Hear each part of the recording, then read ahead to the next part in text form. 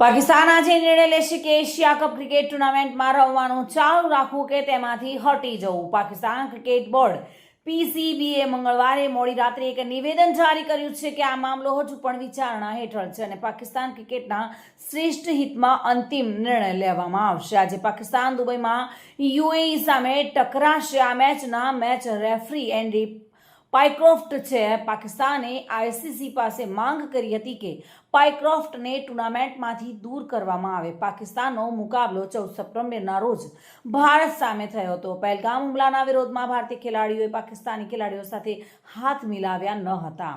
પીસીબીએ ભારતીય ખેલાડીઓના વર્તનને રમતની ભાવના વિરુદ્ધ ગણાવ્યો હતો અને પાયક્રોફ્ટ પર યોગ્ય રીતે કામ ન કરવાનો આરોપ લગાવ્યો હતો. અગાઉ પાકિસ્તાન ટીમ મેનેજમેન્ટે મંગળવારે રાત્રે તેની પ્રેસ કોન્ફરન્સ રદ કરી હતી, જેના કારણે એવી અટકળોને વધુ વેગ મળ્યો હતો કે પાકિસ્તાન ટુર્નામેન્ટમાંથી હટી શકે છે અને ત્યારબાદ ટીમના ખેલાડીઓ પ્રેક્ટિસ માટે મેદાનમાં પાછા ફર્યા હતા.